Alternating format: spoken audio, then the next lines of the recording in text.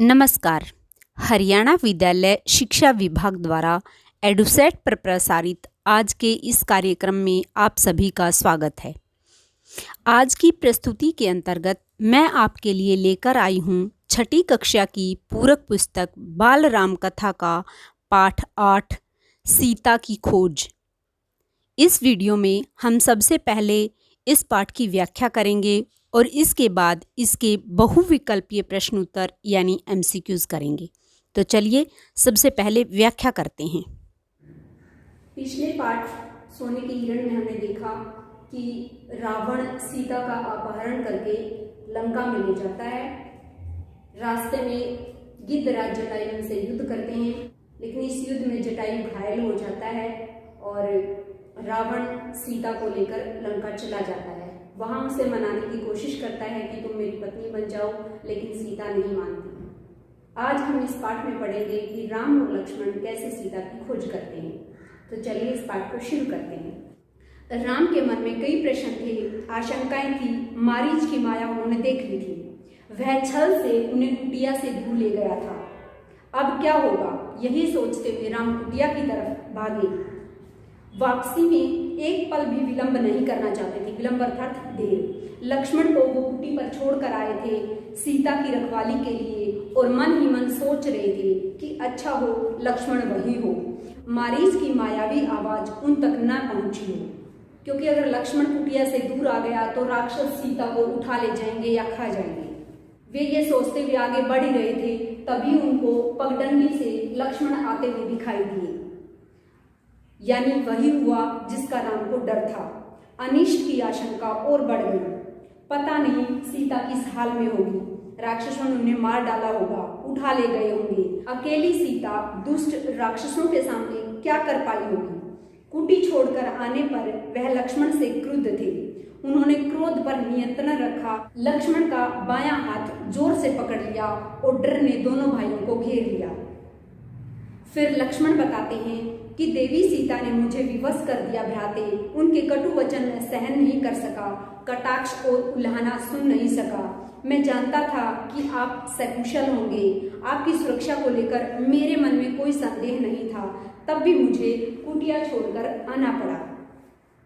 फिर राम कहते हैं कि ये तुमने अच्छा नहीं किया लक्ष्मण, तुम्हें मेरी आज्ञा का उल्लंघन नहीं करना चाहिए था। अब जल्दी करो, मेरा मन चिंतित है।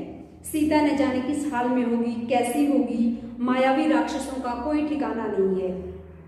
कुटिया अभी दूर थी पर दिखाई पड़ने लगी थी। राम ने वहीं से पुकारा, सीते तुम कहाँ हो? जैसे उन्हें पता चल गया हो कि सीता आश्रम में यानी कुटिया में नहीं है। कुटिया मौन थी, वहां से कोई उत्तर नहीं मिला। राम की बेचैनी और बढ़ गई। उनकी एक आवाज पर कहीं से भी उपस्थित हो जाने वाली सीता अब वहां नहीं थी। अनुपस्थिति कैसे बोलती। राम की आवाज पेड़ों से टकराकर हवा में विलीन हो गई, कुटिया के शून्य में समा गई। राम पुकारते रहे, उत्तर में उन्हें हर बार सन्नाटा ही मिला। चुप्पी हर ओर थी। हर दिन हवा में झूलने वाले पत्ते शांत थे, लताएं गुमसुम पड़ी थी, चिड़ियों की चहक लुप्त थी। कुटिया के निकट घूमने वाले पशु पक्षी चुप थे, सब स्तब्ध। राम भागते हुए कुटिया के नजदीक पहुंचे। कुटिया में जाकर देखा, सीते सीते पुकारते हुए उन्होंने आसपास की जगह देखी। पेड़ों और झाड़ियों के पीछे देखा, उन स्थानों की ओर देखा जहां सीता जा सकती थी। सीता का कहीं पता न था। शोक से व्याकुल राम रोने लगे। सीता से बिछुड़ना उनके लिए असहनीय था। वे सुध बुध भुला बैठे। विरह में वे गोदावरी नदी के पास पहुंचे। उनसे पूछा, तुमने सीता को कहीं देखा है? नदी ने उनका कोई उत्तर नहीं दिया। वे पंचवटी के एक एक वृक्ष के पास गए। सबसे पूछा, कोई सीता का पता बता दे। वे हाथी के पास गए, शेर के पास गए। फूलों से पूछा, चट्टानों और पत्थरों से प्रश्न किया। शोक संतप्त राम भूल गए कि चट्टानें नहीं बोलती, पेड़ पौधे बात नहीं करते, उनकी भाषा मौन है, उनके उत्तर भी मौन है। राम की मानसिक स्थिति विक्षिप्त जैसी हो गई, यानी पागलों जैसी हो गई। एक बार उन्हें लगा कि सीता वही है, कुटिया के पास पेड़ के पीछे छुप गई है राम कहते हैं कि सीते मेरे साथ परिहास मत करो, यानी मजाक मत करो, वापिस बाहर आ जाओ। राम उस पेड़ की ओर दौड़ पड़े, वहां कोई नहीं था। वे निराश होकर पेड़ के नीचे बैठ गए। राम का दुख लक्ष्मण से देखा नहीं जा रहा था, उनका व्यवहार सहन नहीं हो रहा था। वे राम के निकट गए, विलाप करते राम ने कहा, मैं सीता के बिना नहीं रह सकता, तुम अयोध्या लौट जाओ लक्ष्मण। मैं सीता के साथ आया था, उनके बिना कैसे लौटूं? नगर वासियों को क्या मुंह दिखाऊं? तुम जाओ, मुझे यहीं छोड़ दो। फिर लक्ष्मण उन्हें समझाते हुए कहते हैं, आप आदर्श पुरुष हैं, आपको धैर्य रखना चाहिए, इस तरह दुख से कातर नहीं होना चाहिए। हम मिलकर सीता की खोज करेंगे, वे जहां भी होंगी हम उन्हें ढूंढ निकालेंगे। सीता हमारी प्रतीक्षा कर रही होगी। राम शांत हुए, पर थोड़ी देर में हा प्रिय कहते हुए पुनः विलाप करने लगे। इसी बीच आश्रम के आसपास घूमने वाला हिरणों का एक झुंड राम लक्ष्मण के निकट आया। राम को लगा कि हिरण सीता के बारे में जानते होंगे, उन्हें कुछ बताना चाहते होंगे, तो राम उनसे पूछते हैं, हे मृग, तुम ही बताओ सीता कहाँ है? हिरणों ने सिर उठाकर आसमान की ओर देखा और दक्षिण दिशा की ओर भाग गए। राम संकेत समझ गए, हमें सीता की खोज दक्षिण दिशा में करनी चाहिए। उन्होंने लक्ष्मण से कहा, हिरण उसी ओर गए हैं। वन में भटकते हुए उन्होंने एक टूटे हुए रथ को देखा, मरा हुआ सारथी और मरे हुए घोड़े भी देखे। वन में रथ का क्या प्रयोजन, उनके टूटने का क्या कारण? राम असमंजस में पड़ गए। फिर लक्ष्मण ने कहा, लगता है थोड़ी देर पहले यहाँ संघर्ष हुआ है। यह पुष्पमाला वही है जिसे सीता ने वेणी में यानी चोटी में गूंथ रखा था। निश्चित तौर पर सीता राक्षसों के चंगुल में फंस गई है। यह माला संघर्ष के दौरान वेणी से टूटकर गिर गई होगी। फिर राम सोचते हुए कहते हैं, पर यह रथ कैसे टूटा?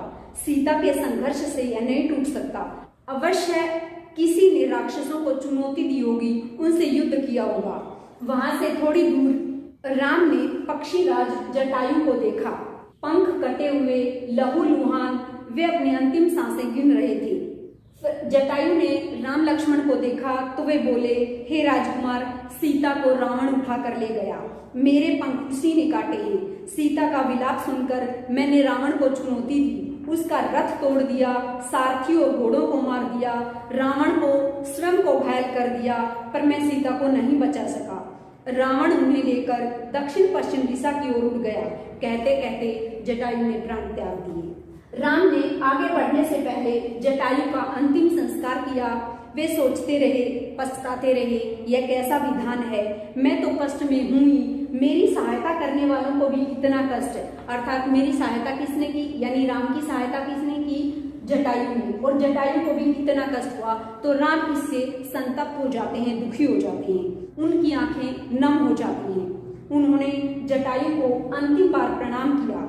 जटायु ने सीता के बारे में महत्वपूर्ण सूचना दी थी, रावण का नाम बताया था, दिशा बताई थी जिधर सीता को लेकर वह गया था। राम जटायु की चिता के पास मौन खड़े थे। यह समय विलाप करने का नहीं है, हमें तुरंत दक्षिण पश्चिम दिशा की ओर जाना चाहिए, सीता उधर ही होगी। लक्ष्मण ने तत्परता दिखाई। आगे का मार्ग कठिन था। राम और लक्ष्मण को लगभग हर दिन राक्षसी आक्रमणों से जूझना पड़ता था। अनेक कठिनाइयां आई, अवरोध मिले, दोनों राजकुमार प्रत्येक बाधा को पार करते चले गए। उनके सामने लक्ष्य स्पष्ट था, दिशा तय थी, उन्हें कोई नहीं रोक सकता था। वन मार्ग जितना कठिन होता उनकी दृढ़ता बढ़ती गई। वनवासी प्रतिदिन सुबह उठते और दक्षिण दिशा की ओर चल पड़ते। एक दिन यात्रा के प्रारंभ में ही एक विशालकाय राक्षस ने उन पर आक्रमण कर दिया। उसका नाम कबंध था। कबंध देखने में बहुत डरावना था। मोटे मांस पिंड जैसा गर्दन नहीं थी, आंख थी वो भी एक, दांत बाहर निकले हुए थे और जीभ जो थी वो बाहर लपलपा रही थी। राम और लक्ष्मण को देखते ही कबंध प्रसन्न हो गया। उसने दोनों हाथ फैलाए और एक एक हाथ से दोनों भाइयों को हवा में उठा लिया। उसे मन मांगा आहार मिल गया। बैठे बिठाए वह अपने शिकार को भुजाओं में लपेटकर मुंह तक ले जाना तलवार निकालकर उसके हाथ काट लिए।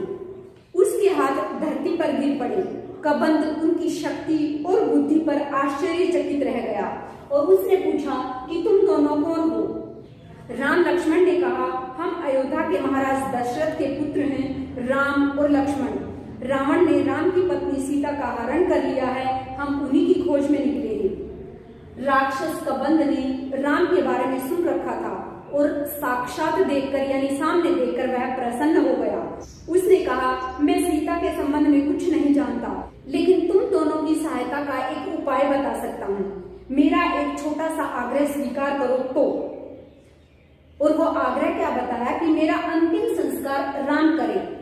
राम ने जब इस बात पर सहमति व्यक्त की तो कबंध ने कहा कि आप पंपा सरोवर के पास ऋष्यमुख पर्वत पर जाएं।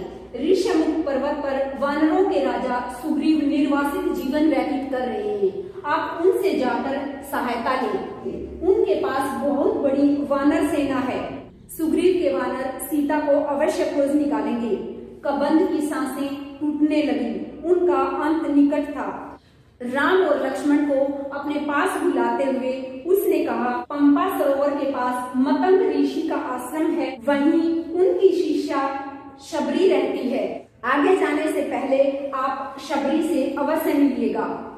यही बोलते बोलते कबंध ने प्राण त्याग दिए। राम ने अपना वचन पूरा करते हुए कबंध का अंतिम संस्कार किया और पंपा सरोवर की ओर चल पड़े। कबंध की बातों से राम को बहुत ढाढ़स हुआ। सीता तक पहुंचने की आशा बलवती हुई। राम को सुग्रीव की क्षमता और उनकी वानर सेना की शक्ति का पता था।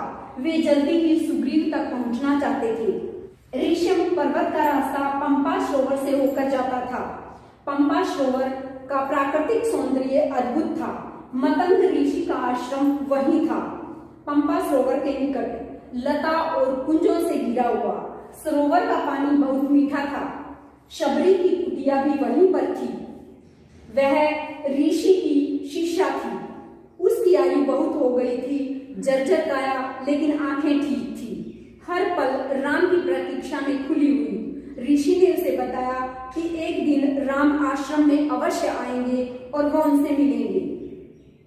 राम को आश्रम में देखकर शबरी बहुत प्रसन्न हुई। उसकी आव भगत की, सेवा की, खाने को मीठे फल दिए, रहने की जगह दी। उसकी आंखें तृप्त हो गई। राम ने सीता के संबंध में पूछा तो शबरी ने राम को आश्वस्त करते हुए कहा, आप सुग्रीव से मित्रता कीजिए, सीता की खोज में वह अवश्य सहायक होगा। उसके पास विलक्षण शक्ति वाले वानर हैं। अगले दिन राम लक्ष्मण ऋष्यमुख पर्वत पर चले गए। उनकी व्याकुलता अब और घट गई थी। मन की शांति लौट आई थी, क्योंकि हर किसी ने, जैसे कबंध राक्षस ने भी और शबरी ने सुग्रीव से सहायता मांगने का आग्रह किया था और बताया था कि उनके पास विलक्षण वानर शक्ति है जो सीता माता का पता लगा सकती है। इसलिए राम थोड़े से शांत हुए। आज के इस पाठ में हमने पढ़ा कि राम और लक्ष्मण दौड़ते हुए कुटिया की तरफ जाते हैं, लेकिन वहां उन्हें सीता नहीं दिखाई देती। फिर वो गोदावरी नदी से पूछते हैं, पेड़ों से पूछते हैं, पुष्पों से पूछते हैं, हाथी और शेर से पूछते हैं, लेकिन कोई उनका जवाब नहीं देता। तो वो चलते रहते हैं। चलते चलते उन्हें रास्ते में टूटा हुआ रथ, घोड़े और साथी मिलता है और आगे चलने के बाद उन्हें जटायु मिलता है, जो उन्हें बताता है कि मैं रावण के साथ युद्ध कर रहा था, उसने मेरे पंख काट दिए और उसने बताया कि आप दक्षिण दिशा की तरफ जाओ। रावण उसे दक्षिण दिशा की तरफ लेकर गया है। जैसे ही राम आगे बढ़े तो उनका मुकाबला कबंध नामक राक्षस से हुआ। कबंध ने बताया कि आप ऋष्यमुख पर्वत पर जाकर सुग्रीव से मिले। जब वो आगे बढ़े, मतंग ऋषि की शिष्या शबरी से मिले तो उन्होंने भी सुग्रीव का नाम लिया कि आप सुग्रीव से जाकर सहायता लें। अब हम इसके बहुविकल्पीय प्रश्न उत्तर करते हैं। प्रश्न नंबर 1 है, राम के मन में किसकी कुशलता की आशंका थी? ऑप्शन है कौशल्या की, सीता की, कैकेयी की या सुमित्रा की। सही उत्तर ख है, सीता की। प्रश्न 2 है, राम के मना करने के जाने के बावजूद भी लक्ष्मण सीता को कुटिया में अकेली छोड़कर राम के पास क्यों चला गया? ऑप्शन है सीता के कटाक्ष के कारण, सीता के उलाहनों के कारण, उपर्युक्त दोनों के कारण या इनमें से कोई नहीं। सही उत्तर ग है, सीता के कटाक्ष के कारण और सीता के उलाहनों के कारण। प्रश्न 3 है, राम ने पगडंडी से किसको आते देखा? ऑप्शन है लक्ष्मण को, भरत को, शत्रुघ्न को या ऋषियों को। सही उत्तर क है, लक्ष्मण को। प्रश्न 4 है, राम ने सीता के बारे में किस किस से पूछा? ऑप्शन है गोदावरी नदी से, पेड़ पौधों से, जानवरों से या उपर्युक्त सभी से। और इसका सही उत्तर घ है, उपर्युक्त सभी से। प्रश्न 5, आप आदर्श पुरुष हैं, आपको धैर्य रखना चाहिए, इस तरह के दुख से कातर नहीं होना चाहिए। ये शब्द किसने किसको कहे? ऑप्शन है राम ने लक्ष्मण को, भरत ने राम को, लक्ष्मण ने राम को या शत्रुघ्न ने भरत को। सही उत्तर ग है, लक्ष्मण ने राम को। प्रश्न 6 है, सीता को दक्षिण दिशा में ढूंढने का संकेत राम को किससे मिला? ऑप्शन है पशुओं के झुंड से, पक्षियों के झुंड से, हिरणों के झुंड से या हाथियों के झुंड से। सही उत्तर ग है, हिरणों के झुंड से। प्रश्न 7, वन में भटकते हुए राम लक्ष्मण ने क्या देखा? जब वे सीता को ढूंढते ढूंढते वन में भटक रहे थे तो उन्होंने उस समय क्या देखा? ऑप्शन है टूटे हुए रथ के टुकड़े, मरा हुआ सारथी, मृत घोड़े या उपर्युक्त सभी। सही उत्तर घ है, उपर्युक्त सभी। प्रश्न 8 है, सीता का हरण करके ले जाते समय मार्ग में किसने रावण के साथ युद्ध करके उसका रथ तोड़ा, उसके सारथी तथा घोड़ों को मार डाला? ऑप्शन है कबंध ने, जटायु ने, संपाति ने या हनुमान ने। और इसका सही उत्तर ख है, जटायु ने। प्रश्न 9 है, जटायु ने राम को सीता के बारे में क्या जानकारी दी? ऑप्शन है रावण ने सीता का हरण कर लिया है, रावण सीता को दक्षिण पश्चिम दिशा में ले गया है, उपर्युक्त दोनों या इनमें से कोई नहीं। और इसका सही उत्तर उपर्युक्त दोनों है। प्रश्न 10 है, कबंध कौन था? ऑप्शन है विशालकाय राक्षस, वनवासी, पक्षी या ऋषि। सही उत्तर क है, विशालकाय राक्षस। प्रश्न 11 है, कबंध ने राम को किससे मिलने के लिए कहा? ऑप्शन है हनुमान से, अंगद से, नल नील से या सुग्रीव से। और इसका सही उत्तर घ है, सुग्रीव से। अगला प्रश्न है, पंपा सरोवर के पास किस ऋषि का आश्रम था? ऑप्शन है मुनि अत्रि का, मतंग ऋषि का, भरद्वाज ऋषि का या गुरु वशिष्ठ का। और इसका सही उत्तर है ख, मतंग ऋषि का। प्रश्न 13, शबरी कौन थी? ऑप्शन है मतंग ऋषि की शिष्या, दुर्वासा ऋषि की शिष्या, भरद्वाज ऋषि की शिष्या या मुनि अत्रि की शिष्या। और इसका सही उत्तर क है, मतंग ऋषि की शिष्या। प्रश्न 14 है, शबरी ने राम को खाने के लिए क्या दिए? ऑप्शन है अंगूर दिए, पपीते दिए, बेर दिए या आम दिए। सही उत्तर ग है, बेर दिए। और बुक की अगर बात बताऊं तो उसमें लिखा है फल दिए, जबकि एग्जैक्ट अगर बात करें तो उन्होंने जो है राम को खाने के लिए बेर दिए थे। प्रश्न 15 है, शबरी ने राम को किसके पास जाने की सलाह दी? ऑप्शन है नल नील के पास, सुग्रीव के पास, अंगद के पास या हनुमान के पास। और इसका सही उत्तर ख है, सुग्रीव के पास। प्रश्न नंबर 16, गिद्धराज जटायु और राक्षस कबंध दोनों का अंतिम संस्कार किसने किया?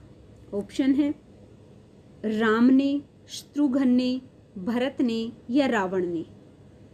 सही उत्तर क है, राम ने। तो गिद्धराज जटायु और राक्षस कबंध दोनों का अंतिम संस्कार किसने किया था? राम ने। और इसी के साथ हमारी आज की ये वीडियो समाप्त हुई। धन्यवाद।